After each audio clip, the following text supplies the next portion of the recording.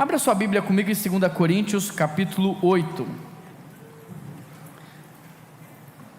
2 Coríntios capítulo 8, nós estamos numa série de mensagens chamada O que é a Igreja.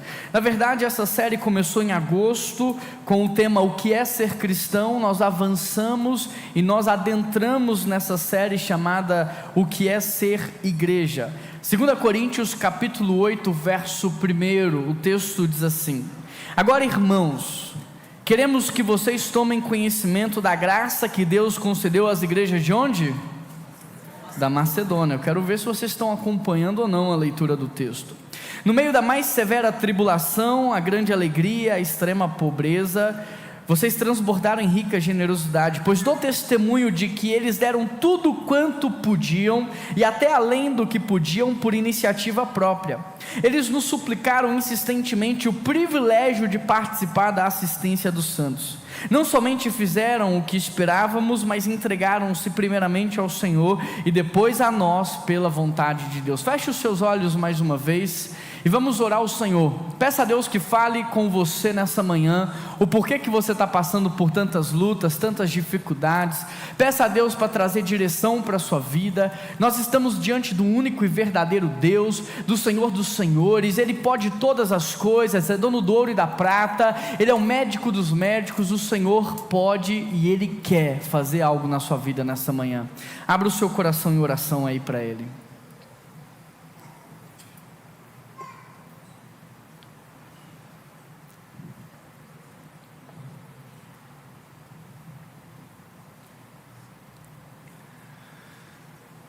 Deus, nós queremos de maneira muito humilde nos aproximarmos do Senhor nesse culto, Pai.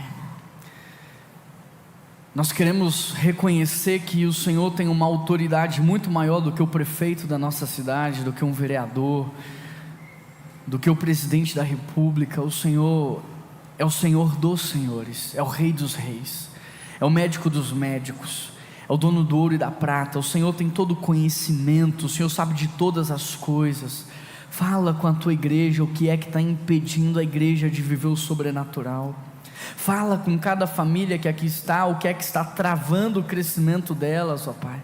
Ministra sobre cada coração. Essa é a oração que nós fazemos ao Senhor, e é em nome de Jesus que nós oramos, e toda a igreja diz. Esse texto, querido, mantenha a sua Bíblia aberta, nós vamos passar por todos os versículos. Esse texto ele faz parte de uma seção maior. Aqui nesse texto, Paulo não vai falar só da coleta de fundos para os cristãos necessitados, ele não vai falar sobre a generosidade cristã, não, ele vai falar sobre a nossa responsabilidade. 2 Coríntios capítulo 8 e 9 é uma exposição teológica do apóstolo Paulo a respeito da natureza da nossa generosidade a Deus. Então, em cima dessa exposição teológica, eu quero trazer princípios práticos que vão nortear a sua caminhada. E o primeiro princípio é: ser generoso é um presente. Ser generoso não é algo pesaroso. Ser generoso não é algo que é um castigo para o povo de Deus, não. Ser generoso é um presente. Olha o que o texto diz: Agora, irmãos, queremos que vocês tomem conhecimento da graça que Deus concedeu às igrejas da Macedônia. Se você observar, a graça foi dada, mas ela precisa ser conhecida. É fato que a graça de Deus se manifestou a todos os homens, só que mais do que isso ter acontecido, é necessário que você entenda o que é a graça de Deus, as implicações da graça de Deus na sua vida, e como a graça de Deus deve nortear a sua caminhada.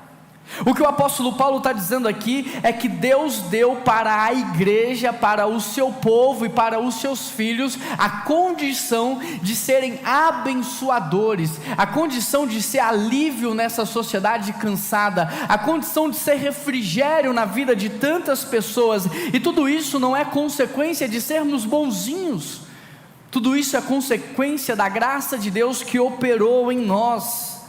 De maneira muito lúdica, eu vou tentar explicar trazendo o conceito de uma conta bancária. É como se você tivesse a sua conta corrente, e é como se você também tivesse uma conta poupança. A conta corrente é aquela que você tem acesso, é aquela que você saca o dinheiro, transfere, é aquela que você deposita, mas a conta poupança não, ela é controlada e dirigida por Deus. É como um pai que faz uma conta poupança para os seus filhos e ele vai depositando ali um recurso para um fim específico. Olha, o fim específico desse recurso é você pagar a sua faculdade. O fim específico desse recurso é você pagar o seu casamento, está aqui. Na prática, então, como é que isso se aplica na vida da gente? Na prática, tudo que nós fazemos para os outros, isso não sai da nossa conta corrente, mas isso é acessado da nossa conta poupança. Ou seja, aqueles que abençoam, aqueles que repartem, aqueles que cuidam dos seus irmãos, o próprio Deus está dando para eles a condição de fazer isso, mas quando você não faz, você não acessa aquilo que Deus preparou para você. É como um pai que depositou dinheiro para o filho fazer a faculdade, mas o filho não faz, então você não vai ter acesso ao recurso. É como um pai que deixou um recurso para o filho casar, mas se ele não quer casar, então você não vai acessar o recurso. Deus te deu a graça para você abençoar, para você repartir, para você contribuir, para você cuidar, mas quando você toma a decisão de não fazer, você não acessa essa conta, essa bênção que Deus determinou para você. Outra coisa muito importante aqui nesse texto é que Paulo vai mencionar as igrejas da Macedônia, e ele vai dizer que as igrejas naquele tempo estavam passando por uma crise, devido à perseguição, e muitos irmãos estavam passando por uma pobreza extrema.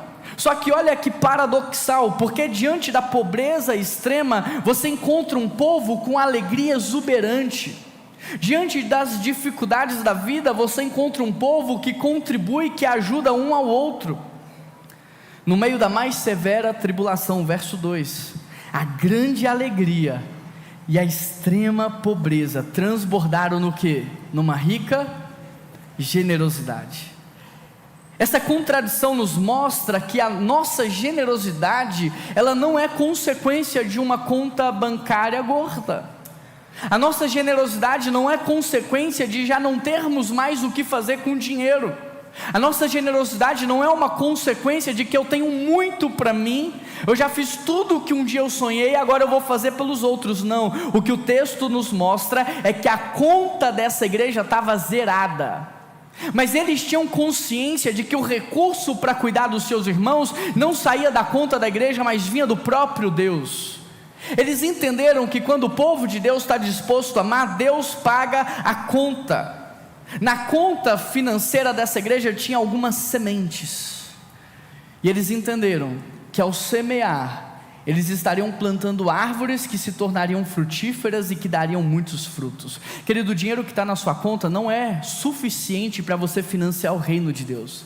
Pastor, mas eu tenho muito. O muito que você tem não é suficiente para fazer tudo o que Deus quer fazer, mas aquilo que você tem é uma semente que você coloca nas mãos dele. A generosidade então nunca deriva de uma abundância. Tem gente dizendo: pastor, quando eu tiver muito, pode contar comigo que eu vou doar. Pastor, quando eu ganhar muito, conta comigo que eu vou bancar a obra financeira, a obra missionária da igreja. Mas o que aprendemos aqui é que a generosidade não é consequência disso, mas consequência da graça, sugerindo que a generosidade deles era consequência direta da ação de Deus na vida desse povo. Ou seja, a generosidade ela começa com a consciência da graça e não das circunstâncias, e ela também é sustentada pela consciência da graça. Sabe por quê?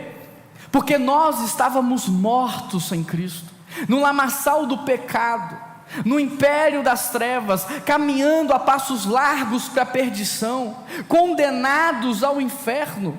Então Cristo nos resgatou do lamaçal do pecado, do império das trevas, de uma vida de perdição, de uma vida desperdiçada. Ele nos tira daqui, Ele nos coloca aqui, de modo que tudo que você tem de bom e tudo que já aconteceu de bom com você até hoje é fruto da graça de Deus. A generosidade é um presente. Por quê? Porque a Bíblia diz que é melhor você estar na condição de quem dá do que na condição de quem recebe. Receber também é um privilégio, mas dar é um privilégio que a Bíblia diz ser maior ainda. Queridos, hoje eu vim aqui para dizer para vocês: existe uma graça de Deus sobre os seus filhos. Existe uma graça de Deus sobre a vida dos seus filhos, e essa graça, ela te capacita a repartir a sua vida, a socorrer os seus irmãos, a abraçar quem está caído, a levantar quem precisa ser colocado de pé. Agora, essa graça, essa bênção e esse recurso só fica disponível para você quando você tira os olhos de você e você passa a olhar para os outros. Quando você para de olhar para a sua fome, suas necessidades, os seus projetos, e começa a olhar para a igreja de Cristo, para quem precisa. No verso 3 Paulo diz: pois eu dou testemunho de que eles deram tudo quanto podiam, e até além do que podiam, e tudo isso por iniciativa própria. Olha o que Paulo está dizendo. Paulo, como líder espiritual dessa igreja, ele está dizendo o seguinte: eu sou testemunha, eu vi com os meus olhos, Samuel. Eu sou testemunha do quanto esse povo é um povo crente de verdade. Por quê? Porque eles deram por iniciativa própria, porque eles deram além do que eles podiam dar, porque esse povo aqui é um povo generoso. Olha o que o apóstolo Paulo está dizendo: eu posso testificar e mais, eu tenho orgulho de vocês. Eu, como seu pastor, eu posso olhar para você e falar assim: fulano, louvado seja Deus pela sua vida, porque você é generoso. Você é alguém que o teu pastor pode falar: eu tenho visto o que você tem feito, não pela música, não pela emoção, não pelas notas menores, não pelo pedido, não pelo constrangimento, mas por iniciativa própria. Eu, como teu pastor, posso falar: a tua liderança, seja de célula, seja a sua liderança nos ministérios, elas podem testificar de que você não é egoísta, não é individualista, não é alguém centrado nos seus desejos, nos seus projetos.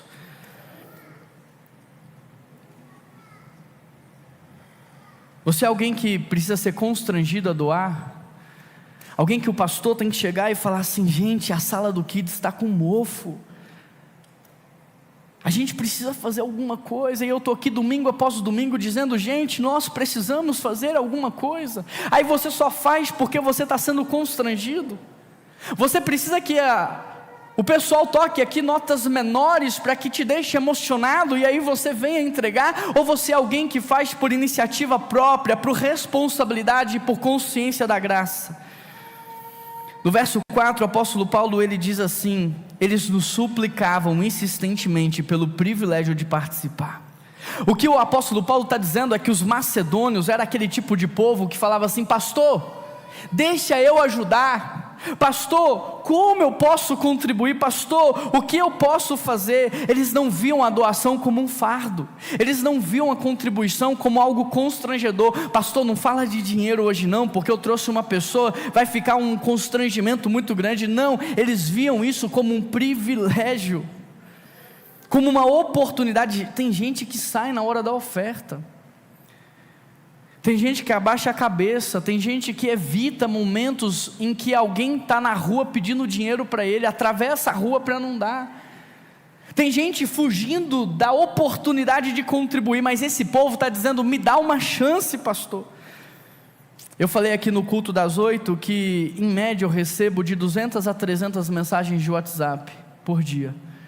Tem 2 pessoas que me ajudam respondendo as mensagens de WhatsApp. 95% das mensagens que eu recebo são pedidos de ajuda. 5% é aquelas mensagens automáticas, aquelas imagens de bom dia, boa tarde, boa noite. Ninguém manda uma mensagem falando: pastor, o Kids está precisando, o que eu posso fazer? Pastor, e aquela família que a igreja enviou para Guiné-Bissau, chegou lá? Porque são 3 crianças. Para manter uma pessoa no campo missionário, nós não mantemos no real, nós mantemos no dólar. São $5.000 por pessoa, em outros países que não são a Europa. São R$25 mil por pessoa. Se tem 5 pessoas, um pai, uma mãe, 3 crianças, faz as contas. Pastor, está faltando dinheiro lá para eles? Pastor, eu vi que vocês estão plantando uma igreja em Londres, a Europa está devastada. O Islã disse assim: nós não vamos destruir a Europa com bombas, nós vamos destruir com filhos. A Europa foi devastada pelo Islã, as pessoas estão clamando com sede. O Renan estava com a camisa com o nome Jesus, e as pessoas vinham falar com ele, perguntar para ele. De tanta fome e sede, nós já temos uma célula com 5 pessoas, agora para plantar uma igreja lá, para sustentar um casal lá, são 3.000 libras só para o casal, sem contar os filhos. 3.000 libras são mais ou menos 21 mil reais. Nós estamos falando de uma família na Europa, e você não contribui com 50 reais que seja para missões, porque você diz: eu não tenho dinheiro, mas você vai e compra uma pizza de 150 reais, todos os finais de semana, uma Coca-Cola de quase 20 reais, todos os finais de semana. Então o que fez essa igreja doar, não era a abundância, porque eles estavam passando por crise, mas a consciência da graça. Olha o que Deus fez comigo, eu não posso reter, eu não posso ficar tomando Coca-Cola e comendo pizza, se tem gente morrendo sem Cristo. Eu não posso, é a consciência da graça. A segunda coisa que eu aprendo aqui nesse texto: a generosidade, ela precisa ser uma prioridade na vida da gente. É um presente ser generoso, porque a Bíblia diz: é melhor dar do que receber. Mas nós precisamos tratar a generosidade como prioridade. Verso 5: não somente fizeram o que esperávamos, mas entregaram-se primeiramente ao Senhor e depois a nós, pela vontade de Deus. A generosidade começa com a experiência da graça. Eu estava morto, condenado ao pecado. Não é que eu seria condenado no dia do juízo final, por causa do pecado eu já nasci condenado ao inferno. Eu estava morto, não havia esperança para mim, nada que eu fizesse nessa vida seria capaz de comprar salvação. Eu estava nas trevas, eu vivia pela falta, pela escassez. Eu estava caminhando a passos largos para a perdição. Aí vem Jesus Cristo, abre mão do céu, abre mão do paraíso, abre mão da sua glória, se faz homem como eu, para pagar o preço do pecado que era meu, para intervir na minha vida e dividir a minha vida em antes e depois de Cristo. E aí esse Cristo que agora entrou na minha vida mudou a minha história. Sabe por quê? Porque às vezes a gente sai daqui, olha para um morador de rua e a gente fala assim: também não sabe tomar decisão boa na vida, olha aí, também não trabalha, não estuda. Mas o Espírito Santo mudou o meu coração, porque o meu coração era assim, e Ele mudou o meu coração. E o Espírito Santo me trouxe a consciência de que talvez, se eu tivesse sido abusado sexualmente tantas vezes quanto essas pessoas foram, se eu tivesse sido abandonado pelo meu pai ou minha mãe, como essas pessoas foram, se eu tivesse sido traído por todas as pessoas que um dia eu confiei na minha vida, como essas pessoas foram, era bem possível que eu também tivesse que fazer uso do álcool. Porque vejam só, eu não conheço Deus. Então aqui tem uma bebida de R$1 que anestesia a minha dor, que quando eu tomo ela eu esqueço dos meus problemas. Aqui tem uma droga que as pessoas estão me oferecendo, que quando eu consumo ela, eu saio desse planeta, eu esqueço dos meus problemas. Então se não fosse Cristo na minha vida, se não fosse Ele que me desse a paz que excede todo o entendimento e a alegria que é fruto do Espírito, possivelmente também eu estaria lá como eles estão. E essa consciência de que foi Jesus que me alcançou, e foi Ele que me deu uma família, e foi Ele que me deu filhos, e Ele que tem me dado saúde, Ele que tem me abençoado. Essa consciência, sabe o que ela faz comigo? Eu não posso mais viver para mim mesmo. Eu não posso mais viver para os meus sonhos e projetos egoístas, não. Deus, o que estava no teu coração quando o Senhor deu palavras de ordem para que eu viesse à existência? Querido, se você fizesse um concurso público hoje, presta atenção no que eu vou te falar, e tivesse uma vaga e 770 bilhões de concorrentes, você acha que você entraria? Presta atenção. Se você fizesse um concurso público hoje e tivesse uma única vaga e 770 bilhões de concorrentes, você acha que você entraria? Mas você entrou, porque essas eram as suas chances de vir a essa vida.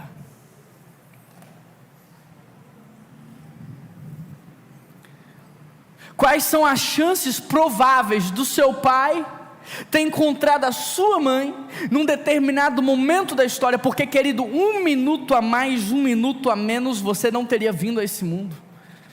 São 770 bilhões de situações ali acontecendo, qualquer um deles poderia ter vindo, mas não, foi você, e não foi por um acaso. Deus tinha um sonho para a sua vida, e por isso Ele permitiu que fosse você, por isso Ele escolheu você. Agora, o que você está fazendo com a vida que Ele te deu? A consciência da graça nos faz então cuidar dos outros, porque nós somos cuidados. A consciência da graça nos faz viver para os outros, porque um dia alguém viveu por nós. A consciência da graça nos faz correr atrás das pessoas, porque um dia alguém não desistiu de você. Aí você pega Marcos capítulo 14, a Bíblia vai falar de uma mulher. Eu amo essa história. Essa mulher pega um perfume, um vidro de alabastro, cheio de nardo puro. Sabe quanto custa mais ou menos um perfume daquele? 300 denários. Sabe quanto custa 300 denários? Faz uma conversão para você entender agora o sacrifício daquela mulher. Pega o teu salário, multiplica por 12, é a média daquele perfume. E o texto diz que ela abriu o perfume e derramou em Jesus. Foi isso que o texto diz? O que o texto diz? Ela quebrou o perfume. Sabe para quê? Para que não sobrasse nada para ela.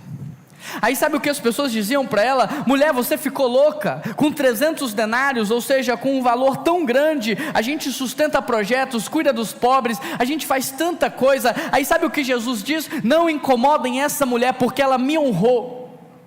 Pobre sempre vai ter, projetos sempre vai ter, agora honrar o seu Criador está acima de tudo isso. Querido, Deus não quer o seu dinheiro, Deus quer honra. E quando a gente se propõe a honrar a Deus, não tem planilha financeira. Se essa mulher fosse fazer conta, ela não tinha quebrado o perfume. Quando você vai honrar a Deus, não tem cálculo, não tem calculadora. Se essa mulher fosse racionalizar o que ela estava fazendo, ela não tinha feito. E sabe quem mais que estava criticando essa mulher? Judas. E sabe o que a Bíblia fala de Judas? A Bíblia fala assim: ele não criticava essa mulher porque ele queria cuidar dos pobres, mas porque era ladrão, e tudo que era colocado dentro da bolsa, ele tirava. Sabe o que eu quero te dizer com tudo isso? Todos aqueles que repreendem você, quando você quer ser generoso com Deus, eles têm o coração de Judas. Todos aqueles que querem parar você quando você está tentando honrar o Deus Criador dos céus e da terra, o dono do ouro e da prata, dizendo isso é um ato de loucura, você ficou louco com o que você está fazendo. Essas pessoas têm o coração de Judas, são ladrões de Deus, porque eles não dão a Deus o que eles deveriam dar, mas também querem privar Deus de receber aquilo que você quer entregar. Sabe o que Jesus disse? Aonde o evangelho fosse pregado, a história dessa mulher seria contada para a honra dela. Pasmem vocês, mais de 2000 anos depois, eu estou aqui falando dessa mulher, porque as escrituras cumpriram aquilo que ela disse. Honra traz honra, e a maneira como você honra a Deus é a maneira como você será honrado por Ele. Provérbios 3, honre ao Senhor com os teus bens, e então os teus celeiros serão fartos, e os teus barris transbordarão. Se você está com falta de provisão no presente, e sem perspectiva para o seu futuro, isso reflete desonra.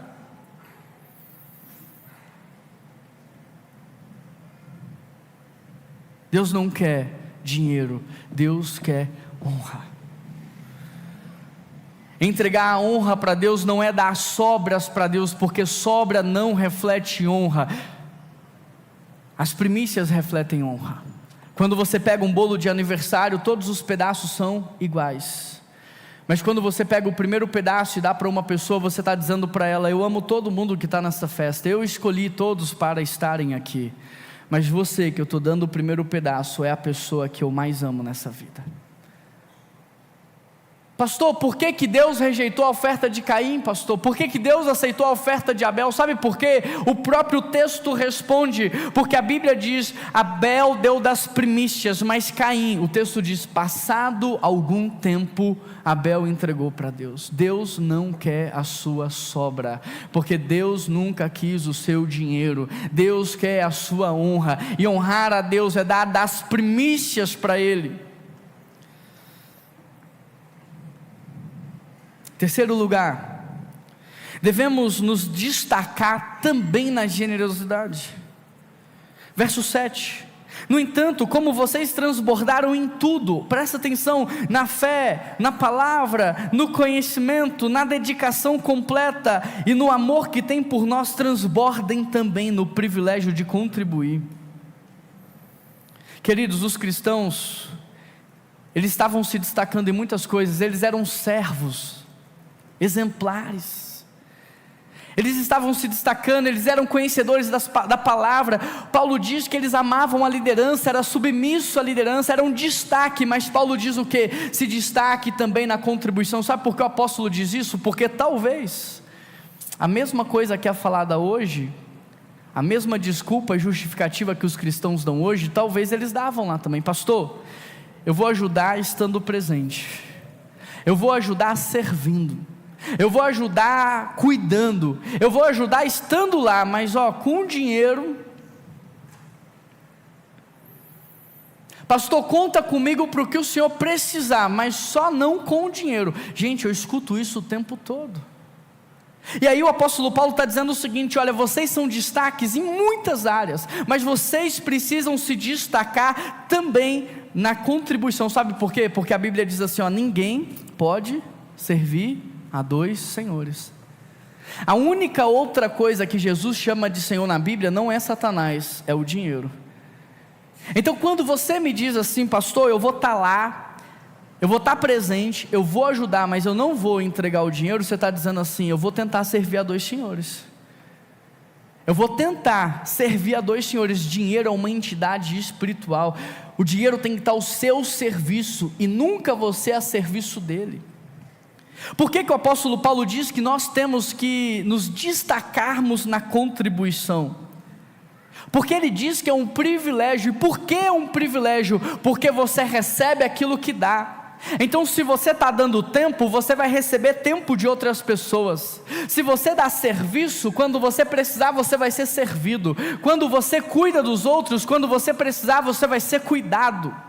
Mas quando você não dá dinheiro, você pode fazer o que você quiser, trabalhar o quanto você quiser, se dedicar o quanto você quiser, você nunca vai ter dinheiro, porque o teu coração não está preparado para lidar com ele.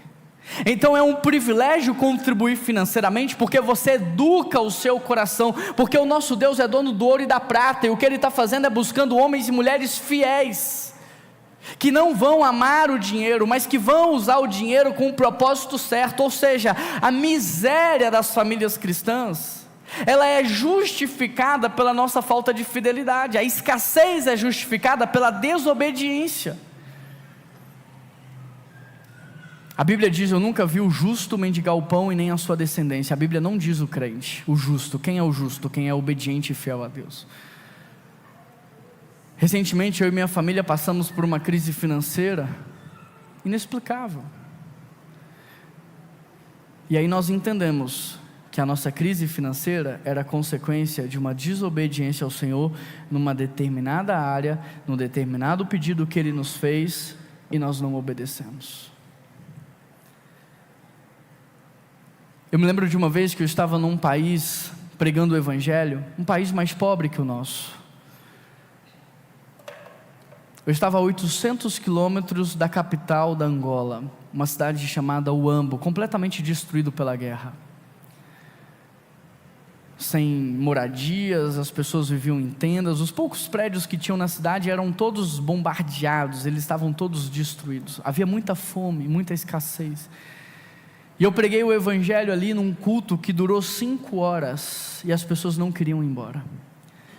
Eu preguei o Evangelho, no final do culto uma mulher veio e ela me entregou uma oferta, e eu falei assim, eu não posso receber. Eu não posso ir para casa com recurso de um lugar mais pobre do que o que eu moro. Eu não posso tirar de você o seu pão, sendo que eu tenho fartura. Não falei com essas palavras, mas eu disse, eu não posso receber. Sabe o que ela me disse? Pastor, pelo amor que o Senhor tem a Deus, não tire de mim o privilégio de te abençoar. Não tira de mim aquilo que o Senhor vai fazer na minha vida, pela minha fidelidade a Ele. Eu te imploro, aceite esse presente. Versículo 8 e 9, não digo isso como um mandamento, mas quero verificar a sinceridade do amor de vocês. Pois vocês conhecem a graça do Senhor Jesus Cristo, que sendo rico se fez pobre, para que vocês se tornassem ricos. Aqui o apóstolo Paulo está dizendo que dar dinheiro não é mandamento, que dar oferta não é mandamento. Ele disse, não é mandamento, mas prova o seu coração, prova o quanto você conhece a Deus, o quanto você depende de Deus, o quanto você confia em Deus, o quanto você é grato a Deus, o quanto você reconhece as bênçãos de Deus na sua vida. Prova isso. Não é mandamento, mas testifica a sua espiritualidade, a sua fé.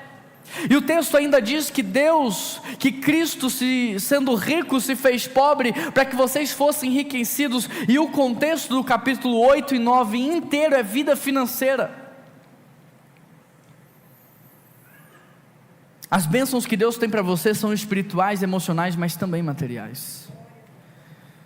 Deus quer que você seja salvo, que você seja perdoado, que você tenha paz, que você tenha alegria, mas Deus quer que você também tenha recursos financeiros, para socorrer, para abençoar, para repartir, para cuidar. A diferença desse texto aqui para o que a teologia da prosperidade prega, é o propósito do dinheiro.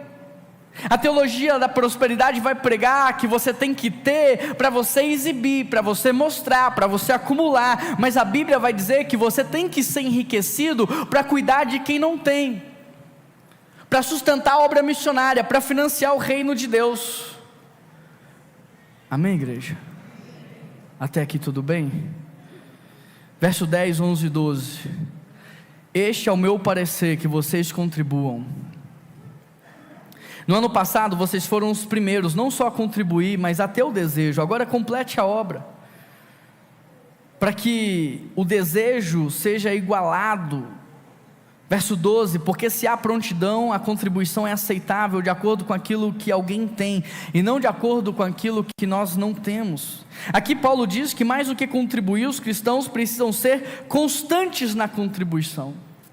Tem muita gente que fala assim, pastor, pode contar comigo. Lembra que ano passado aqui nós acolhemos uma família afegã? Quem lembra disso? Uma família de quase 10 pessoas, a nossa igreja abraçou a família, com tudo o que eles precisavam. Muitas pessoas falavam assim, pastor, conta comigo, mensalmente lá está o valor. Sabe o que aconteceu depois de 2, 3 meses? Metade das pessoas que falaram, pastor, conta comigo, deixaram de ajudar. E aí, o que eu faço com essa família afegã? Volta para a guerra? O que eu faço com essa família afegã?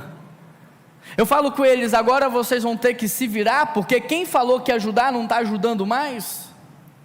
E a família do Curumim, que nós mandamos para Guiné-Bissau, 5 pessoas, 3 crianças, o que eu faço com essa família? Eu falo, agora volta para casa. Só de passagem aérea foi 20 mil reais para cada um dos membros dessa família. O que eu faço? 100 mil reais que nós investimos em passagem aérea vai acabar porque vocês vão retornar para o Brasil? É isso que nós vamos fazer como igreja? O que eu faço com as crianças que estão no ministério infantil?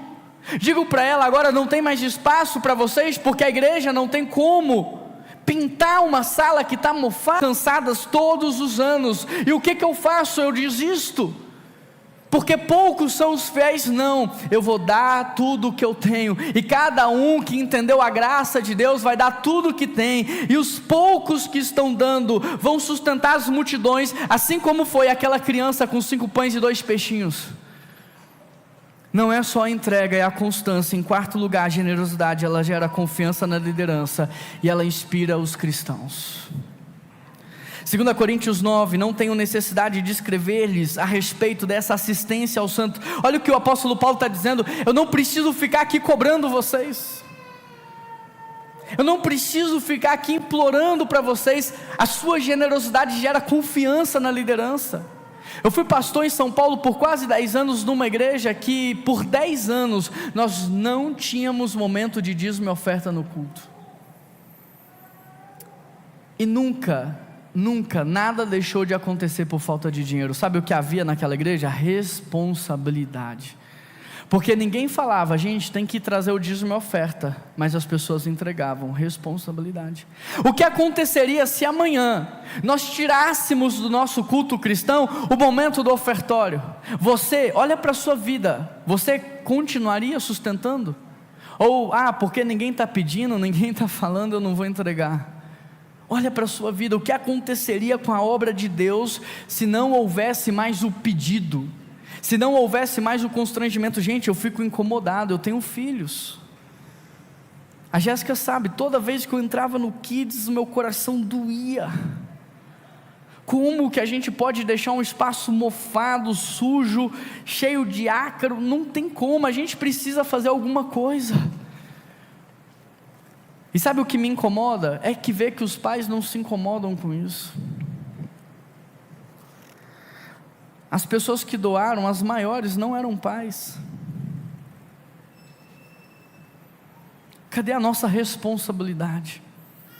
Sabe por que eu fico aqui clamando? Porque eu fui alcançado no Kids dessa igreja. As crianças que estão aqui me ouvindo, e os adolescentes e os juniores, eu fui ganho por Jesus na mesma sala que vocês ficam no 3º andar. Eu sei da importância que esse ministério tem na vida das pessoas. Se hoje a minha família vive o que vive, é por causa de pessoas que se entregaram, que doaram, que fizeram parte. Então como que nós não vamos fazer?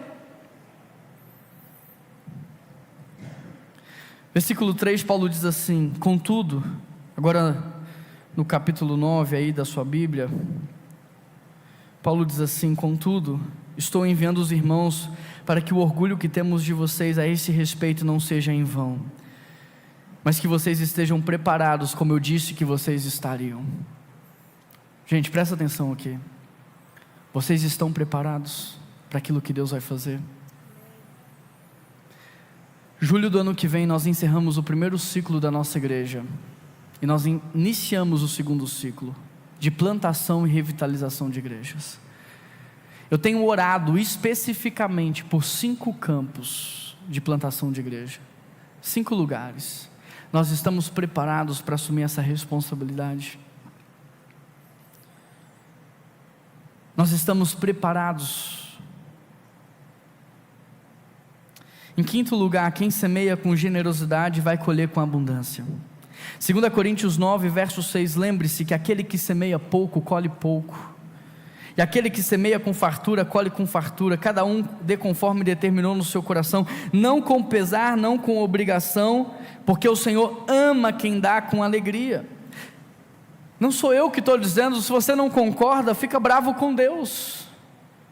Não concorda com a sua colheita? Eu acho que a minha colheita é injusta, eu acho que eu estou colhendo pouco, eu estou bravo, eu estou chateado porque eu estou passando por escassez, eu estou passando por miséria, eu estou passando por lutas. É a palavra que diz: quem semeia pouco, colhe pouco. Pastor, o que eu posso fazer para mudar minha colheita agora? Nada. Porque a sua colheita agora é proporcional à sua semeadura. Você semeou tempo de qualidade na vida dos outros, você está colhendo tempo de qualidade hoje. Você semeou cuidado, você está colhendo cuidado. Você semeou serviço, está colhendo serviço. Mas se você não semeou recurso, você não está colhendo recurso. Pode olhar, é lei. É igual a lei da gravidade, não tem como alterar, é uma lei. Pastor, o que eu posso fazer então? Esquece a colheita e foca na semeadura. Começa a semear, começa a semear, começa a semear, começa a plantar, começa a semear. Semeia na vida das pessoas, semeia em missões, semeia no seu dízimo, semeia na oferta, semeia no kids, semeia. E proporcionalmente, automaticamente você está alterando a colheita que você vai ter. Pastor, só tem esse texto na Bíblia que fala isso? Tem como sustentar isso com outros textos? A Bíblia diz: há quem dê generosamente e vê aumentar as suas riquezas. Outros retêm o que deveriam dar e caem na pobreza. O que mais tem no Brasil é gente que ganhou na loteria, é gente que ganhou um dinheiro inesperado, é gente que ganhou uma herança inesperada. Mas pode olhar, passa 5, 10 anos, como que essas pessoas estão? Na pobreza, na miséria. Há quem retém o que deveria dar, o texto diz o quê? Vai cair na pobreza. Mas quem dá com generosidade vê as suas riquezas aumentarem. Outro texto para você: o generoso prosperará, quem dá alívio aos outros, alívio receberá. Mais um texto para vocês: deem e receberão, sua dádiva retornará em boa medida, compactada e sacudida. Sabe o que isso significa em Lucas? Que você dá algo, mas o texto diz que isso vai voltar como? Sacudido e compactado, não é? Sabe para que é sacudido e para compactado? Para caber mais. Pega um copinho e só joga os sucrilhos lá dentro, vai caber 100 gramas de sucrilho. Agora pega esse sucrilho e amassa ele, compacta ele dentro do copo. Aquele mesmo copinho agora vai receber quanto? Umas 500 gramas. Sabe o que o texto está dizendo em Lucas? Que a semente que você semeia vai voltar para você compactada e sacudida para caber mais. A semente tem dentro dela uma infinidade de frutos. Você pode abrir uma laranja e ver quantas sementes tem lá dentro, mas você não consegue ver quantos frutos tem dentro de uma semente. Então você está semeando algo e aquilo que você vai colher é infinitamente maior. Em sexto lugar, a generosidade atrai as bênçãos em todas as áreas da sua vida. 2 Coríntios 9:8. E Deus é poderoso para fazer com que lhe seja acrescentada toda a graça, para que em todas as coisas, em todo o tempo, tendo tudo o que é necessário, vocês transbordem em toda boa obra. Por causa do tempo eu vou pular para o 10, que diz assim: aquele que supre a semente ao que semeia, e o pão ao que come, também lhe suprirá e aumentará a semente, e fará crescer os frutos da sua justiça. Versículo 11: vocês serão enriquecidos de todas as formas, para que possam ser generosos em qualquer ocasião, e por nosso intermédio a sua generosidade resulte em ação de graça a Deus. Melhor é dar do que receber. Gente, não tem privilégio maior do que você estar numa fase da vida, que você vai almoçar com alguém e você fala assim: pode deixar. E aí você vai visitar uma pessoa e antes você faz uma compra no mercado, e antes de chegar lá você chega com uma compra do mercado. Não tem momento melhor na vida do que o momento em que nós estamos enriquecidos em todas as áreas da vida. Ou seja, nós temos tempo, nós temos saúde, nós temos condição, nós temos dinheiro para repartir em todo e qualquer lugar em que estamos. Isso é a prosperidade. A prosperidade e a provisão é quando você já não precisa fazer a conta. Não, mas se eu fazer essa compra do mês aqui para fulano, será que vai me faltar? Isso é ainda viver de salário. A provisão é quando você já não tem que preocupar, porque você sabe que você foi enriquecido em todas as áreas, para que em todos os lugares, em todo o tempo você possa ser generoso. Agora, é para esse lugar que Deus quer te levar, ainda que não é o lugar que você esteja hoje. É para esse lugar que Deus quer te levar. Em sétimo e último lugar, a sua generosidade gera louvor a Deus. 2 Coríntios 9. O serviço ministerial que vocês estão realizando não está apenas suprindo as necessidades do povo, mas também transbordando em muitas ações de gratidão a Deus.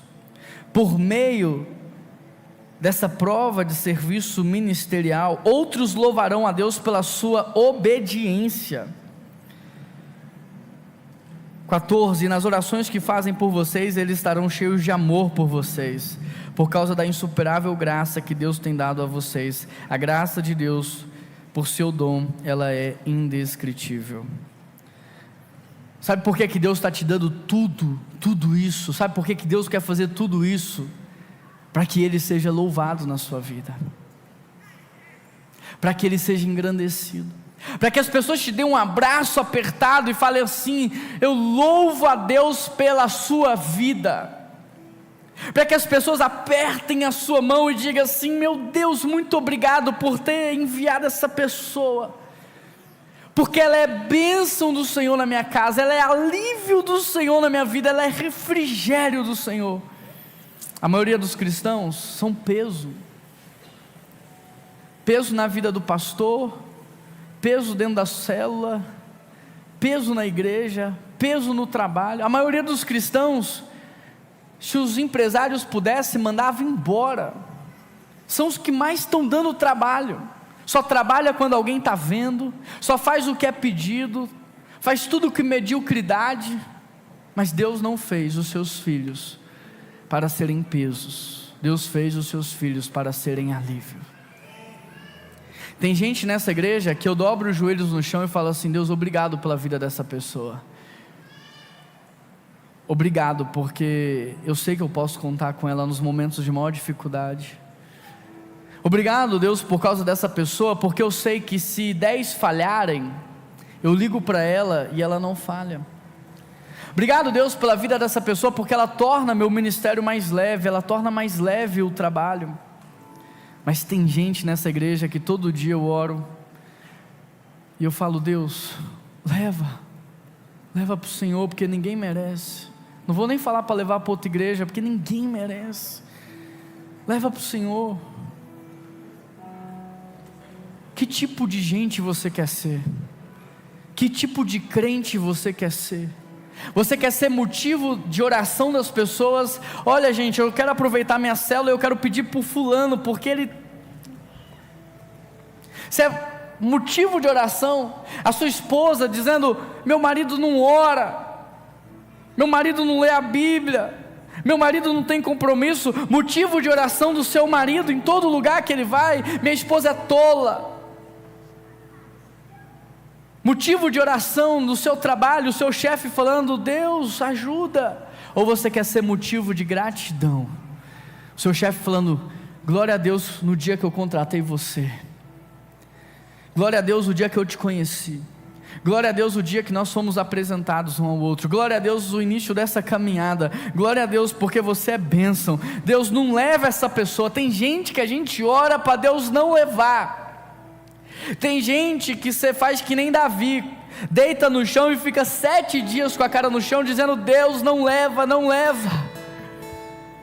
Deus te fez para ser bênção e abençoador.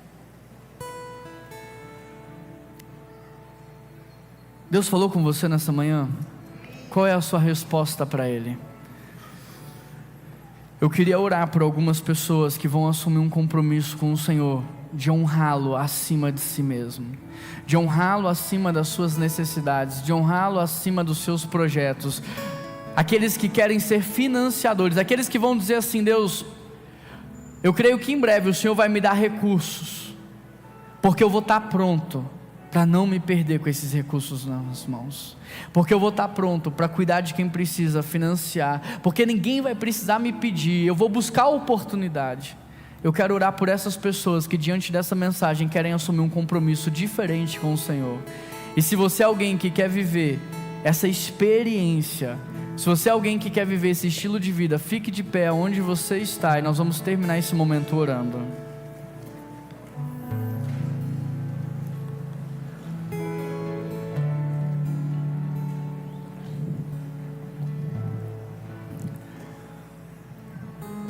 Segunda Coríntios 8 e 9 inteiros foram expostos nessa manhã. Um compêndio teológico do apóstolo Paulo para falar sobre a fidelidade do povo de Deus e das bênçãos que Deus tem para a vida do seu povo. E nós começamos essa mensagem dizendo sobre a graça.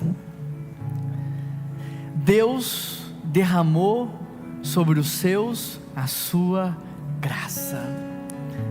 Deus tem sobre você uma graça especial. Mas Paulo começou dizendo: vocês precisam tomar consciência disso. E é sobre isso que nós vamos orar. Deus, nos dá uma expansão de consciência nessa manhã. Abra os nossos olhos espirituais, abra os nossos ouvidos, quebra o nosso coração petrificado pelo pecado, que nos torna insensíveis à ministração da sua palavra. Deus, eu consigo ver que enquanto a palavra estava sendo pregada, pessoas resistiam à ministração dela, dizendo em seus corações: eu não creio, eu não acredito, eu não quero isso para mim. Pai, eu peço ao Senhor que quebre todos os corações aqui nessa manhã, todo espírito de rebeldia, todo espírito de engano, todo espírito de desobediência, todo espírito do contra, tudo que não vem do Senhor, que caia por terra, em nome de Jesus, porque teu é todas as coisas, e tudo é para o Senhor. Pelo bem dessa pessoa, eu peço ao Senhor que mude o coração dela, para que ela possa viver os planos e sonhos que o Senhor tem para ela. Nós somos improváveis, a nossa chance era 1 em 770 bilhões, mas o Senhor nos trouxe a vida, por causa de um sonho que o Senhor teve, e nós queremos viver nada menos do que esse sonho. Por isso, Pai, eu peço ao Senhor que através da sua graça e a sua misericórdia nos dê fidelidade a Ti, nos ensine a administrar os nossos recursos com fidelidade ao Senhor, nos ensine a honrar o Senhor com os nossos bens, nos ensine a ter compromisso com a Tua obra. E Pai, eu já Te agradeço pelo sobrenatural. Ai Deus, eu já vi o Senhor fazer, e eu sei o que o Senhor pode fazer, Pai. Que expectativa gostosa que vem no nosso coração agora, de viver a provisão, de ser essas pessoas generosas. Que expectativa gostosa de poder repartir o pão, de poder cuidar dos irmãos e nada faltar, e ver a abundância, o milagre da multiplicação. Obrigado, Jesus, obrigado.